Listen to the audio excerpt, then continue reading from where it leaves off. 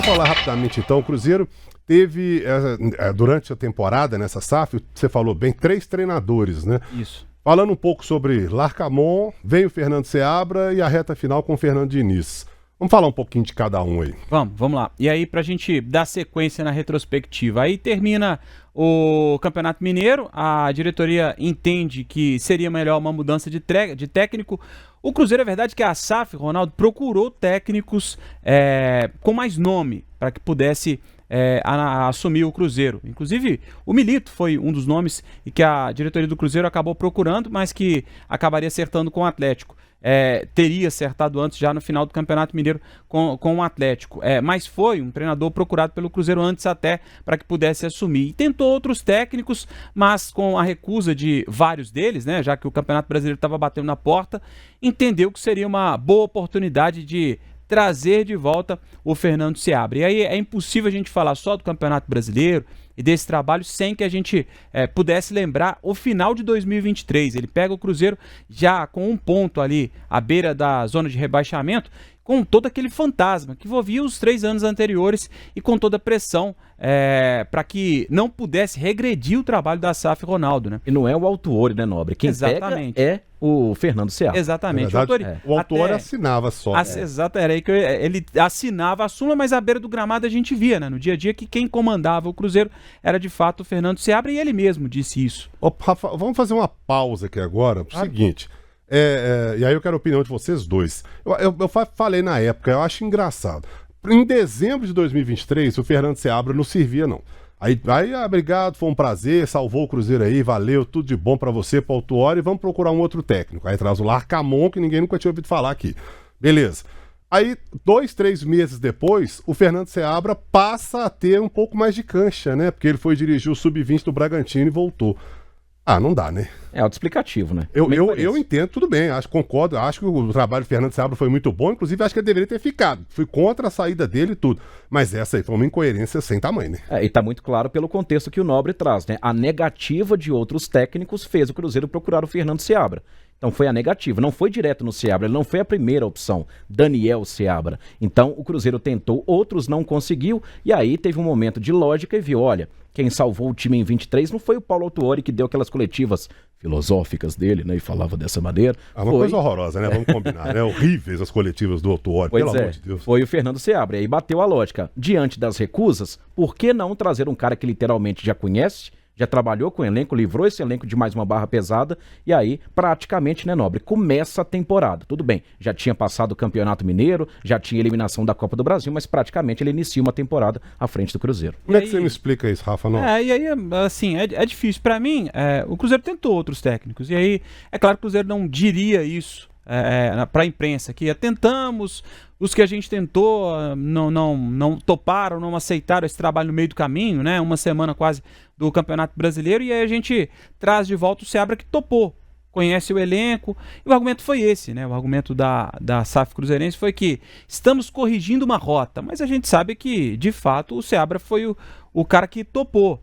Seria bom para ele, seria bom para o Cruzeiro, já que ele conhece todo o elenco, teria menos tempo para poder conhecer esses jogadores, ter o contato com eles, já tinha no final de 2023, e desse contato que iniciou em 2024, já que ainda seguia no Cruzeiro, e aí o Seabra topa e inicia, não sei se de forma surpreendente até, muito bem o Campeonato Brasileiro, né? O Cruzeiro fica durante 10 jogos com uma invencibilidade que acabou segurando até o Cruzeiro nessa parte intermediária do Campeonato Brasileiro, com uma invencibilidade dentro de casa, né? No Mineirão, o Cruzeiro atropelou praticamente todo mundo, e aí foi assim, e o Seabra termina com um histórico de 17 vitórias, com 10 derrotas e 8 empates, né? Então, se a gente for pegar os números do Seabra, eles não são suficientes para que ele pudesse cair naquele momento, já que ele estava atendendo esse primeiro objetivo do Cruzeiro, que era brigar ali na parte intermediária da tabela,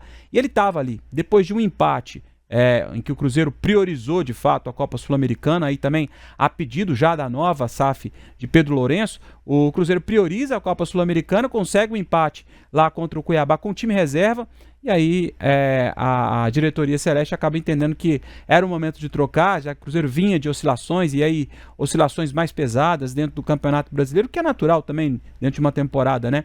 Entende que a troca do comando seria o melhor, e aí o Seabra deixa o comando técnico do Cruzeiro. Agora, Colombo, quando a SAF assume um clube, claro, ela vai querer profissionais da sua confiança. Principalmente, obviamente, nos setores estratégicos ali. E, obviamente, que o cargo de treinador de futebol é um deles, né? Se não for o principal até, né? Porque é o cara que tá lá na beirada do campo, no dia a dia, comandando isso aí. E todo mundo sabia que o Fernando Seabra não era o técnico dos sonhos do Pedrinho. Mais hora, menos hora, ele seria trocado. E aí eu me lembro que a gente ficava rodada após rodada, né? Vai cair agora, será? Não, olha, vai segurar mais um pouco. Se não ganhar agora, ele cai e tal. E a vida do cara deve ter sido um inferno nesse período, né? Porque toda semana ele era demitido, mas não era. E acabou ficando.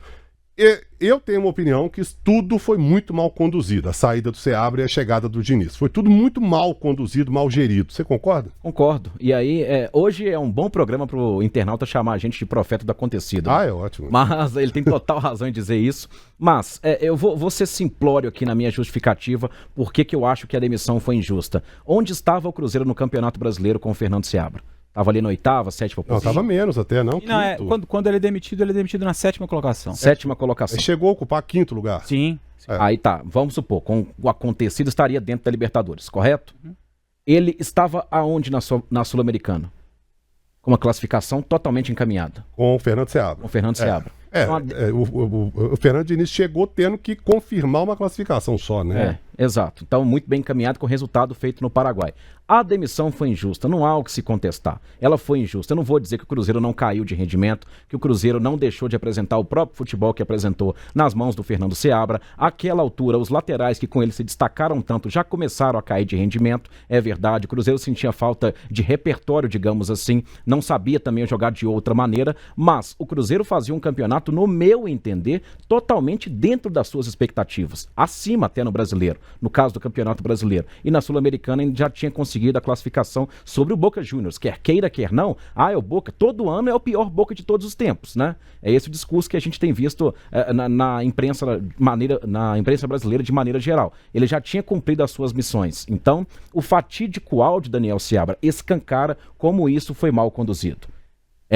Reforço a fórceps para encaixar, para jogar, eu contratei, tem que jogar, e a gente viu, ficou comprovado com o decorrer da temporada que o elenco não digeriu isso bem. Então, não é que a gente acha que foi mal conduzido, é que foi mal conduzido. Essa transição foi mal conduzida e ela tem pouca lógica sob o ponto de vista esportivo.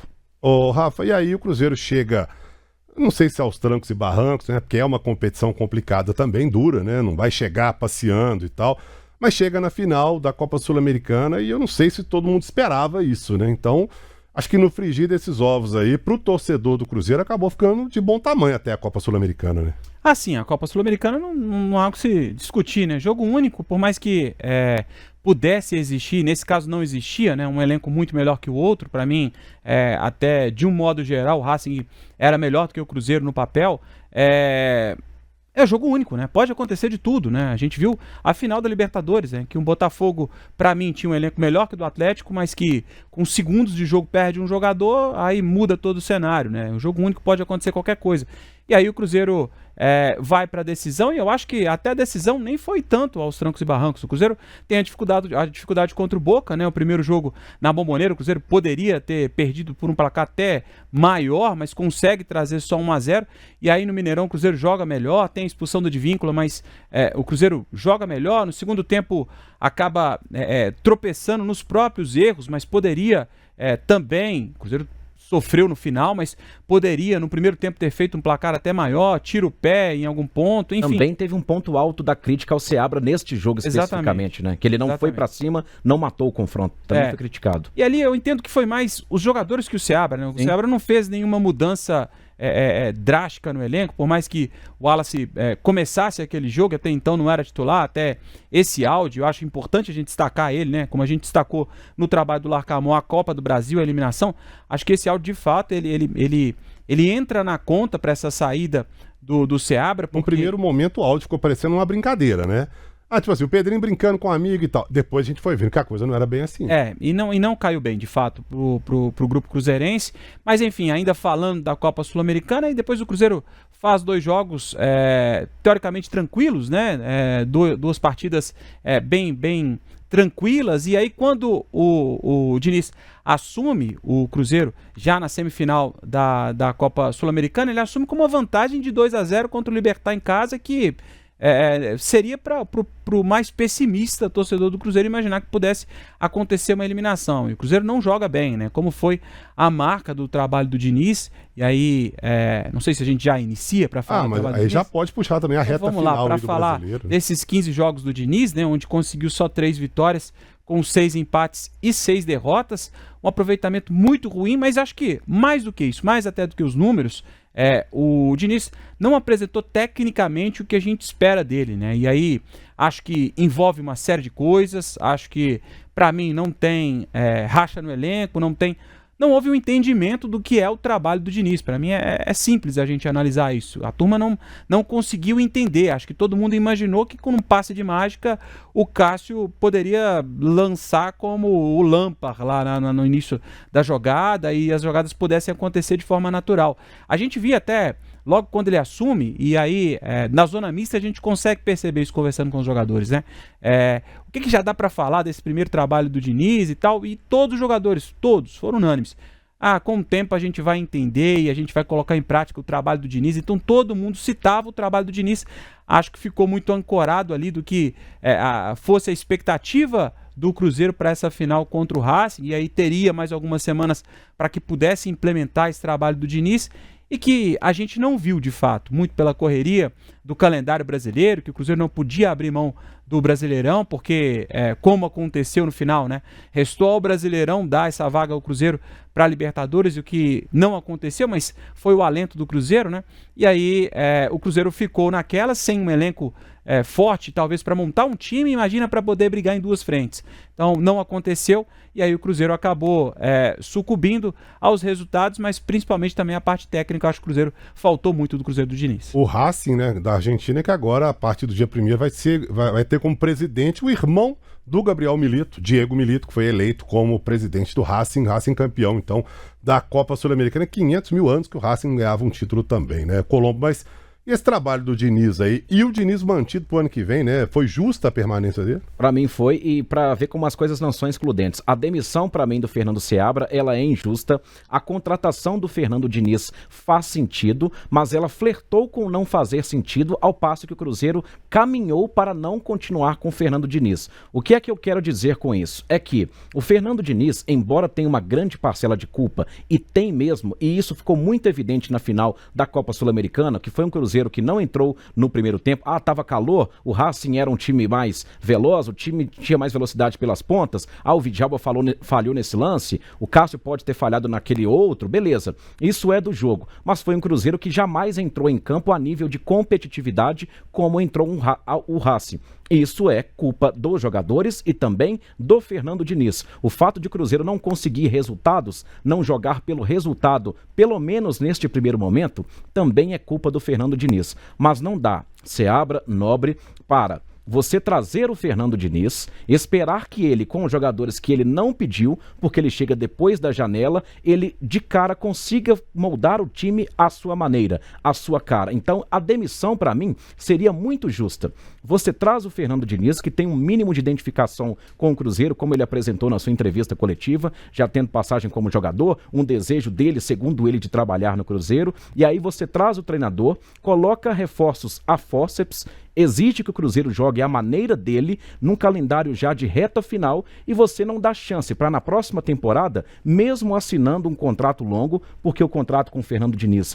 não foi assinado até 31 de dezembro de 2024, você não dá o benefício da dúvida de na próxima temporada, iniciando uma pré-temporada, com jogadores que ele pede para a especificidade que tem o Fernando Diniz, é um treinador diferente, distinto, que tem o seu próprio tempo e a sua própria maneira de jogar, não dá a ele essas ferramentas. Portanto, para mim, Seabra, não é que a permanência do Diniz ela é justa, ela simplesmente ela é lógica.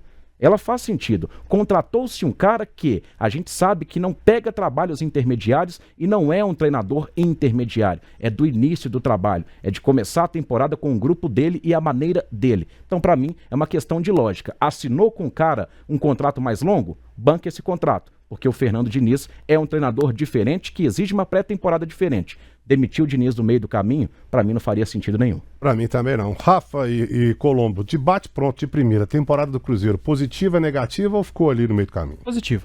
Positiva? Positiva. Dentro do que aconteceu, do que imaginava o Cruzeiro, a projeção, as contratações, a janela do meio do ano criou uma expectativa muito grande, né? Dessa janela do meio do ano. Mas se a gente for colocar na ponta do lápis mesmo, são 3, 4 jogadores que o Cruzeiro esperava mais, né? O Cruzeiro errou muito também das contratações que fez, algumas muito assertivas, né? O Matheus Henrique, para mim, a principal delas, tem uma esperança muito grande, o Caio Jorge ainda possa mostrar ainda mais pelo Cruzeiro, já no final melhorou. Acredito ainda no Wallace, mas o restante não espero muito mais não. Então, de uma janela de 7 jogadores, a gente tira um recorte de 3. Acho que é uma média do que pode acontecer. 3 foram bons, mas do ano que foi a expectativa para o Cruzeiro, para mim acho que foi positivo. Debate pronto, Colombo. Queria criar uma 4ª categoria aí, tá? Qual? Médio pra cima. Pode criar? Não. Então é médio. É meio do caminho. É meio do caminho. Não foi nem positivo e nem... Exato. Eu criaria esse... É o famoso nota 6. Ficou em cima do muro, Colombo. Beleza.